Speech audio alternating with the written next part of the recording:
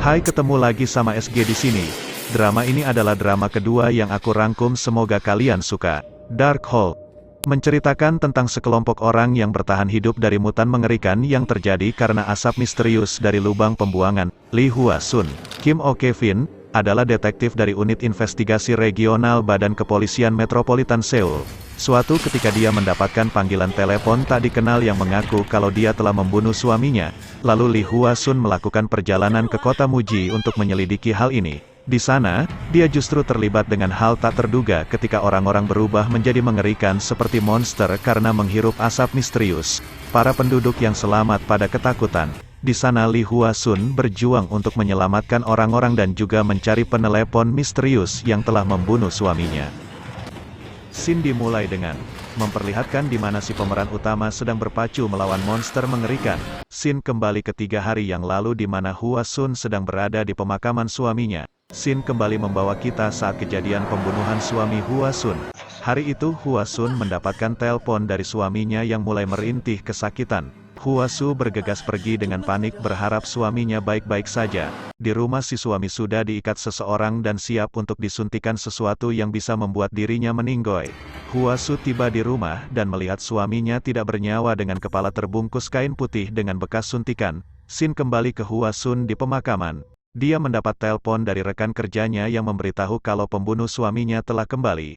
Sebenarnya mereka telah sepakat tidak melibatkan Hwa Sun dalam kasus pembunuhan Lee Su. Karena Hwa Sun juga korban, takutnya dia akan melibatkan perasaannya dalam menangani kasus Lee Su. Benar saja atasannya marah karena Hwa Sun datang. Tapi Hwa Sun meyakinkan atasannya akan mencari Lee Su bukan sebagai korban tapi sebagai detektif. Singkat cerita, Hwa Sun kembali diberikan kesempatan untuk menangani kasus Lee Su. Kali ini korban ke-6 dengan keadaan yang sama di mana dibunuh menggunakan suntik dan menutup wajahnya menggunakan kain putih. Scene memperlihatkan 2 orang pria yang sedang berada di dalam mobil. Di sini kita belum tahu siapa dan sedang apa mereka. Tapi setelah mendengar radio yang memberitahu kalau terjadi kecelakaan di terowongan, mereka bergegas pergi. Berita terus mengabarkan keadaan matahari yang semakin marah, yang bisa menyebabkan ledakan dan membunuh umat manusia. Kita diperkenalkan lagi dengan petugas park yang didatangi 2 pria berpenampilan seperti preman. Ternyata mereka datang untuk menagih hutang petugas park yang sudah jatuh tempo. Jika petugas park tidak membayar hutangnya, dia akan mempermalukan park dengan datang ke kantor polisi. Scene beralih ke 2 pria di dalam mobil tadi, ternyata mereka menyediakan layanan derek mobil. Makanya mereka bergegas pergi saat ada kecelakaan. Yang satu meminta bosnya cepat pergi dan tidak usah menghiraukan lampu merah karena mereka bisa kehilangan job. Tapi si bos tetap akan mematuhi rambu lalu lintas. Sesampainya di sana si bos mengamati tempat itu dan dia melihat seorang wanita yang masih terjebak di dalam mobil. Si wanita meminta tolong karena dia tidak bisa bernapas. Si bos yang melihat keadaan si wanita mencoba melepaskannya dengan cara memotong sabuk pengaman. Si wanita terus saja menangis dan panik. Bos memintanya untuk tetap tenang karena si wanita tidak mau tenang. Bos mencoba mengalihkan perhatiannya dengan mengajaknya berbicara. Si bos terlihat lihai menangani hal semacam itu. Ternyata tangki mobil itu bocor dan bensinnya mengarah ke kobaran api.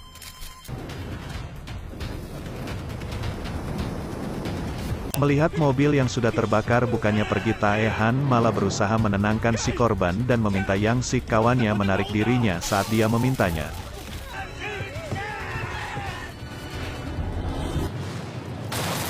Untung saja Tae-han tepat waktu dan mereka berdua selamat. Yang Sik sangat kagum dengan aksi heroik Tae-han. Yang Sik mendapat telepon dari seseorang. Tae-han yang penasaran mencoba menginterogasinya, takutnya itu wanita aneh. Yang Sik bilang namanya Yun Saet, berumur 22 tahun.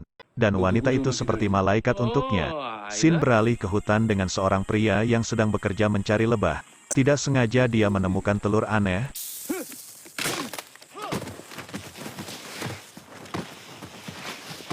Dan telur itu pecah dan isinya sungguh aneh, bukan ayam apalagi burung puyuh, melainkan asap berwarna hitam. Asap itu masuk ke lubang hidung pria tadi dan membuat si pria berubah seketika. Tiba-tiba tatapannya merah. Dia melihat saat dia dibully teman sekolahnya karena fisiknya.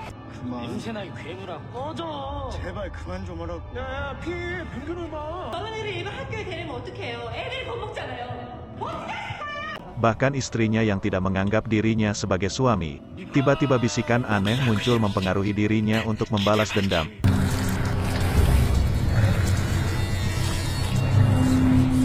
Hua Sun pulang dari bekerja, dia menghayal melihat suaminya seperti biasa memasakkan makanan untuknya. Tiba-tiba dia mendapat pesan dari seseorang yang mengaku sebagai pembunuh suaminya. Li Su menertawakan Hua Sun dan suaminya karena dulu mereka menganggap Li So akan merubah, nyatanya tidak. Dan apa hubungannya Hua Sun dengan Li Su? Sin memperlihatkan beberapa tahun yang lalu di mana Hua Sun dan suaminya memperhatikan seorang anak perempuan di panti asuhan. Dan mereka percaya akan merubah anak itu menjadi lebih baik. Jadi apa hubungan Li Su dengan Hua Sun? Dan kenapa dia membunuh suami Hua Sun? Oke, lanjut. Li Su meminta Hua Sun menemuinya di tempat dia dilamar.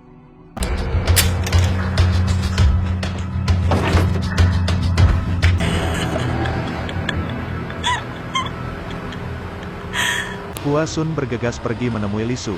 Dia juga menelpon temannya untuk melacak nomor Li Su. Sin beralih ke petugas park dan temannya. Kita belum tahu nama temannya di episode 1, jadi kita sebut saja Sarip. Si Sarip punya istri bernama Ji, yang 1 minggu lagi akan melahirkan. Sarip sangat senang karena sebentar lagi akan menjadi ayah. Petugas park juga ikut senang mendengarnya. Sin beralih ke seorang wanita yang masuk ke dalam rumah dengan meja yang berantakan.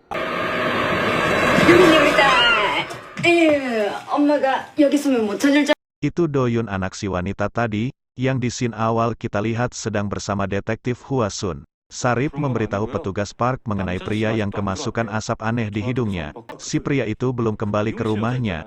Petugas park meminta Sarip memberitahu keluarga si pria itu untuk menunggu sebentar. Dia yakin besok pria itu akan kembali dengan keadaan mabuk. Sekarang kita diperlihatkan seorang dukun wanita yang sedang melakukan ritual dengan beberapa warga desa. Si dukun ini sangat terkenal dengan kekuatannya.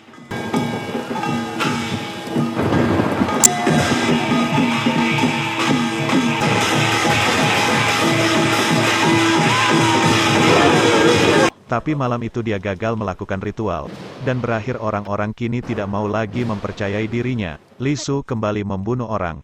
Kali ini dia mengambil ID card korbannya dan seperti biasa dia membungkus kepala korbannya dengan kain putih sebagai identitas dirinya.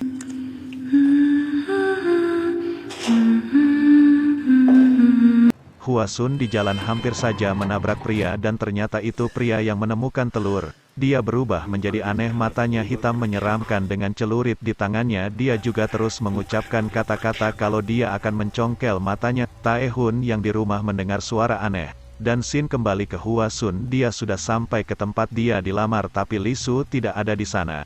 Hanya ada ponsel yang tergantung di atas pohon.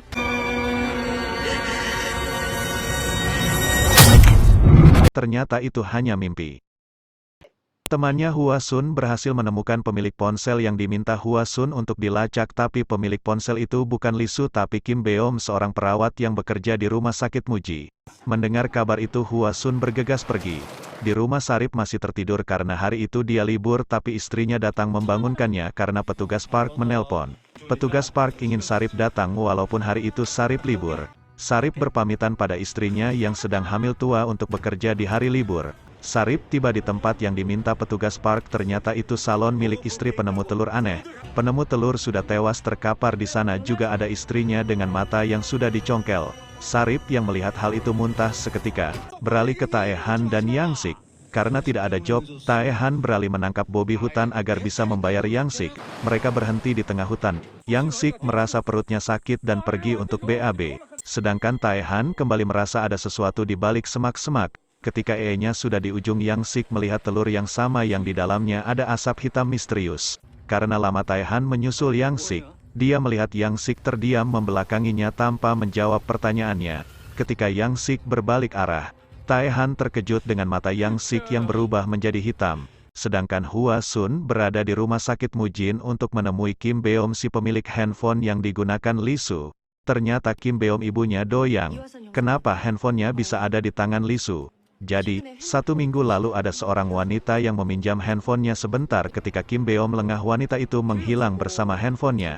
Hua Sun mencoba menunjukkan foto Li Su tapi Kim Beom tidak ingat pasti wajahnya karena dia saat itu memikirkan anaknya yang lagi demam. Yang Sik terlihat aneh, dia ketakutan merasa ada seseorang yang dia takuti di sana. Tapi mereka hanya berdua. Tai Han bingung dengan sikap Yang Sik. Yang Sik bahkan juga menyerang seseorang yang tidak ada. Karena Yang Sik aneh, Tai Han memukulnya hingga pingsan, dan membawanya ke rumah sakit Mujin.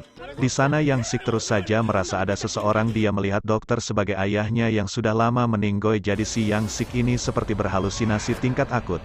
Dia bahkan menggigit salah satu dokter dan melarikan diri. Hua Sun meminta rekaman CCTV tapi manajer rumah sakit bilang kalau CCTV mereka rusak dan baru saja diperbaiki.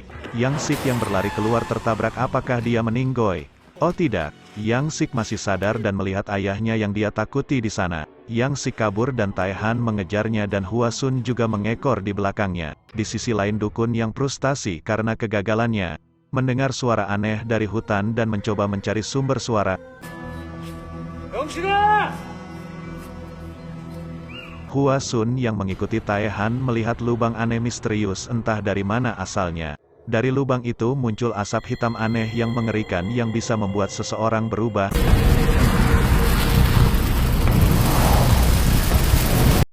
Tai Han yang melihat Hua Sun di pinggir lubang mendekatinya dan Hua Sun tersadar dan berada di tempat aneh. Di sana dia mendengar bisikan untuk membunuh Li Su.